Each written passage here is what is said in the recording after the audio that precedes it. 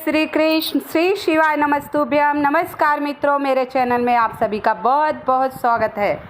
चैत्र पूर्णिमा बहुत विशेष है। इस बार हनुमान जयंती तिथि को लेकर बहुत ज़्यादा भ्रम है, लेकिन पंचांग के अनुसार चैत्र पूर्णिमा की तिथि 12 अप्रैल 2025 सुबह 3:20 पर आरंभ हो जाएगी और पूरे दिन रहकर दूसरे दिन 13 अप्रैल को सुबह 5:52 तक ही रहेगी।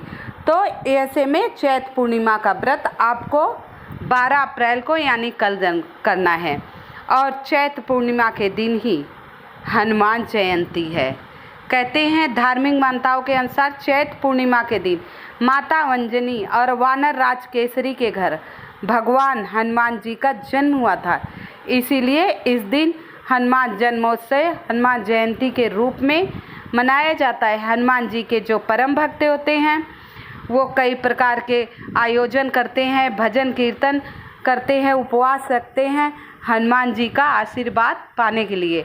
आइए आज बहुत ही विशेष और ख़ास उपाय चैत्र पूर्णिमा का बताऊंगी। हनुमान जी का आशीर्वाद प्राप्त करने के लिए हनुमान जयंती का दिन सबसे विशेष माना गया है। जगह जगह हनुमान जी की पूजा विधि विधान से की जाएगी। इस दिन सारी मनोकामना आपकी अवश्य पूर्ण होगी, मन चाहा फल प्राप्त होगा। तो आपको कुछ उपाय के बारे में बताएंगे। उस उपाय को अगर आप कर लिए तो आपके जीवन से सारी परेशानियां दूर हो जाएंगी। पूर्णता श्रद्धा और विश्वास से करना है। हनुमान जयंती के दिन कहते हैं हनुमान जयंती के दिन ये एक वस्तु का दान करने से आपके जीवन में बहुत ज़्यादा खुशियाँ आएंगी। आर्थिक स्थिति आपकी ठीक हो जाएगी। आपके जीवन से सारी परेशानियां दूर हो जाएंगी। हर उपाय पूर्णता श्रद्धा विश्वास से करना है। चौकी लगाकर माता लक्ष्मी विष्णु नारायण की पूजा करना है। धूप दीप नैवेद्य से पूजन कीजिए। फूल से खीर का भोग अवश्य लगाइए। आइए अब उपाय के बारे में जानते हैं।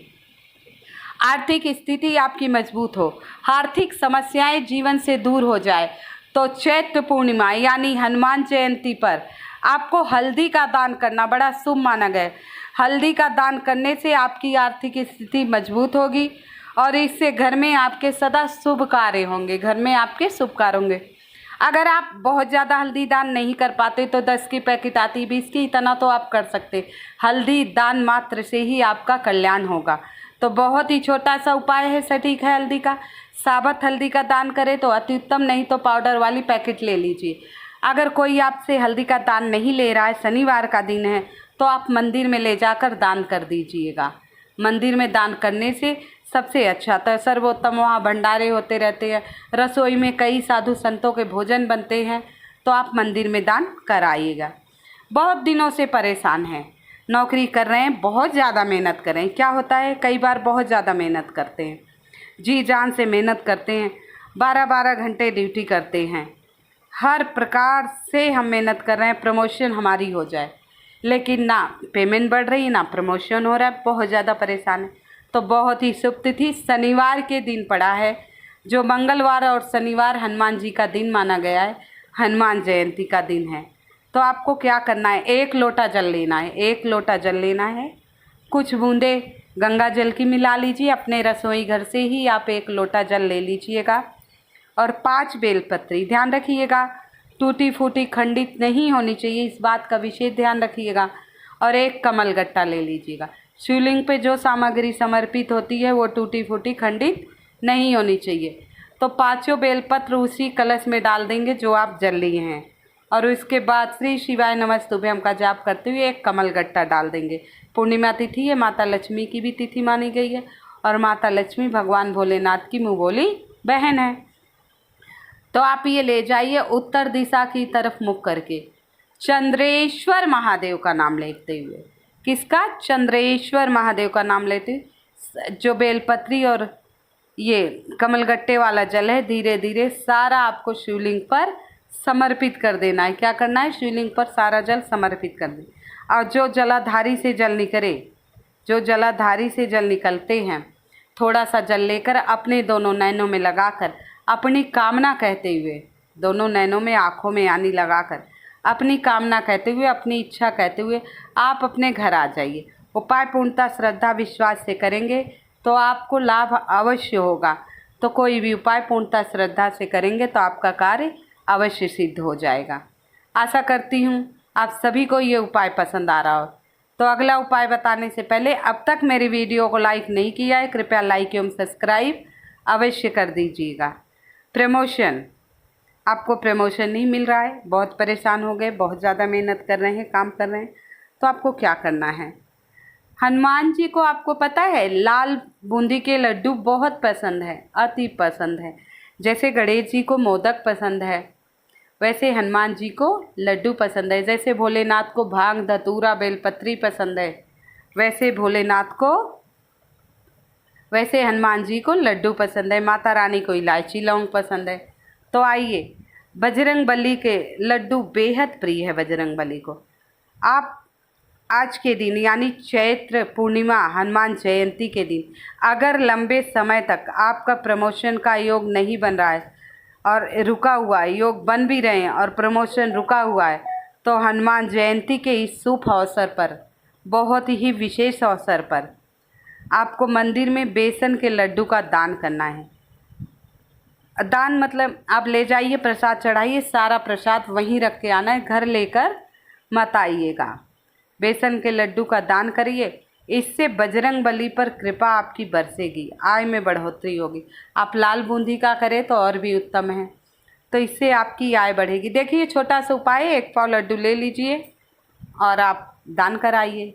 कई बार क्या होता है, हमारे घर में सब कुछ होता है, सब कुछ यानी सब कुछ होता है, लेकिन कभी कभी अनाज भी हमारे घर में भरा रहता है, लेकिन हम भोजन नहीं कर पाते। हाँ, भोजन भी नहीं कर पाते। कहते हैं भविष्य में 2-3 चीज़ों का दान अवश्य करना चाहिए। वस्त्र दान, अन्न दान, कन्यादान।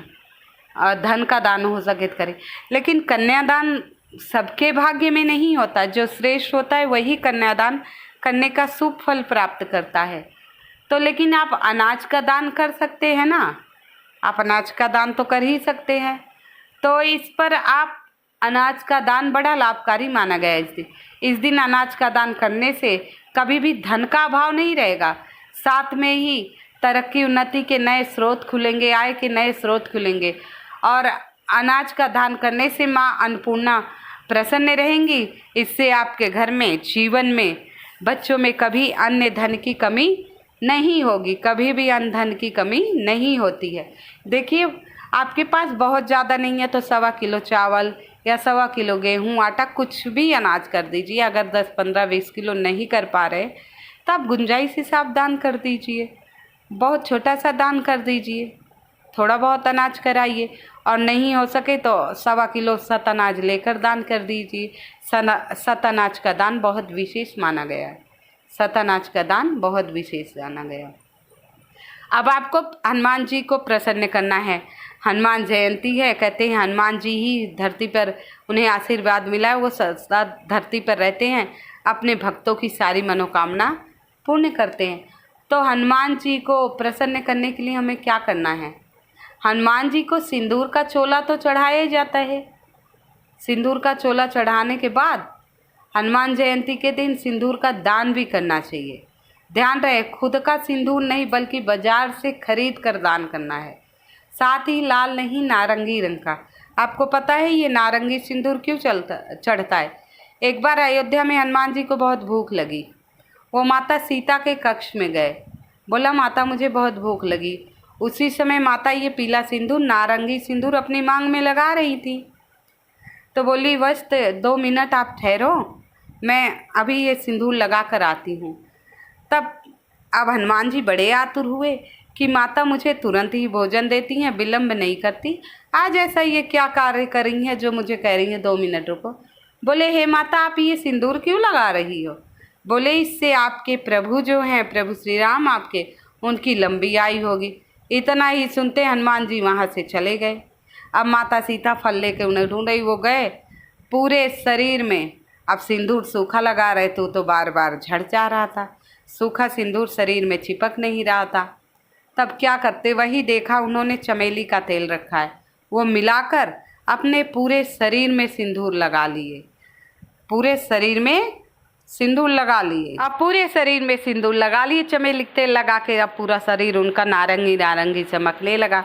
अब दरबार में जब गए तो वहाँ सभासद जो बैठे थे सब हंसने लगे। तो माता सीता और प्रभु श्री राम भी थे। प्रभु मुस्कुराते हुए बोले, हे हनुमान, ये तुमने क्या किया? बोले, हे प्रभु, मैं माता से भोजन लेने गया था। माता ने कहा सिंदूर लगाने से आपकी आयु लंबी होती है, तो मैंने ये पूरे शरीर में लगा लिया। अब आपको अमृत तो प्राप्त हो गया। तो प्रभु ने उन्हें आशीर्वाद दिया, जो शनिवार या मंगलवार के दिन आपको चोला चढ़ाएगा उसकी सारी मनोकामना पूर्ण हो जाएगी और इससे हनुमान जी बेहद प्रसन्न होंगे। तो आपको हनुमान जयंती के दिन, चैत्र पूर्णिमा के दिन चोला चढ़ाना है, साथ में नारंगी सिंदूर का दान भी करना है। ध्यान रहे, जो घर पे रखे उस सिंदूर का दान आप बिल्कुल भी नहीं करेंगे। इस बात का विशेष ध्यान रखिएगा आप। इस बात का आपको विशेष ध्यान रखना है कि आप उसका दान नहीं करेंगे। तो आइए जानते हैं माता लक्ष्मी को प्रसन्न कैसे किया जाए। क्योंकि हनुमान जयंती भी है, पूर्णिमा के दिन गज केसरी योग भी बन रहा है, बहुत विशेष हो रहा है, बहुत राशियों के लिए भी फायदा है। तो आइए, रात के समय 9 मुखी दीपक आपको जलाना है। चाहे आटे का दीपक बना लीजिएगा और चाहे मिट्टी के। 9 मुखी दीपक में आपको घी भरना है। क्या भरना है? घी। और 2 इलायची डाल देना है उसी में। अपनी मनोकामना कहते हुए 2 इलायची डाल दीजिएगा और फिर माता रानी की आरती कीजिए। 9 मुखी दीपक जलाने से माता लक्ष्मी अत्यंत प्रसन्न होती हैं। आपके जीवन से धन की सारी कमी दूर कर देंगी। आपके जीवन में उन्नति एवं तरक्की सदा बनी रहेगी और हर विघ्न बाधा संकट आपके जीवन से सदा दूर हो जाएंगे। तो आशा करती हूँ आप सभी को मेरी वीडियो पसंद आ रही हो, तो कृपया लाइक एवं सब्सक्राइब अवश्य कर दीजिएगा।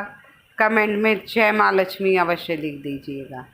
जय माँ लक्ष्मी अवश्य लिख दीजिए। हर उपाय पूर्णतः श्रद्धा विश्वास से कीजिएगा। हनुमान मंदिर जाके चौमुखी दीपक जला के 7 लौंग डालकर अपनी हनुमान चालीसा पढ़कर मनोकामना कह दीजिएगा। हनुमान जी आपकी मनोकामना अवश्य पूर्ण कर लेंगे। अगर आप कोई भी उपाय नहीं करना चाहते हैं तो सच्चे मन से सुबह स्नान करने के बाद 1 माला और पूरे दिन राम राम राम राम राम राम राम राम जय श्री राम जय श्री राम जय श्री राम राम राम राम राम 1.25 लाख बार जाप करके हनुमान के श्री चरणों में समर्पित कर दीजिए। तो प्रभु आपकी मनोकामना सारी शीघ्रता से पूर्ण करेंगे। हर विघ्न बाधा संकट आपके जीवन से सदा दूर रहेगा। तो छोटे छोटे उपाय हैं, बहुत विशेष है, बहुत विशेष तिथि है। आप सभी से निवेदन है, ये सब उपाय अवश्य करिएगा, आपके जीवन में लाभ होगा। जय श्री कृष्ण।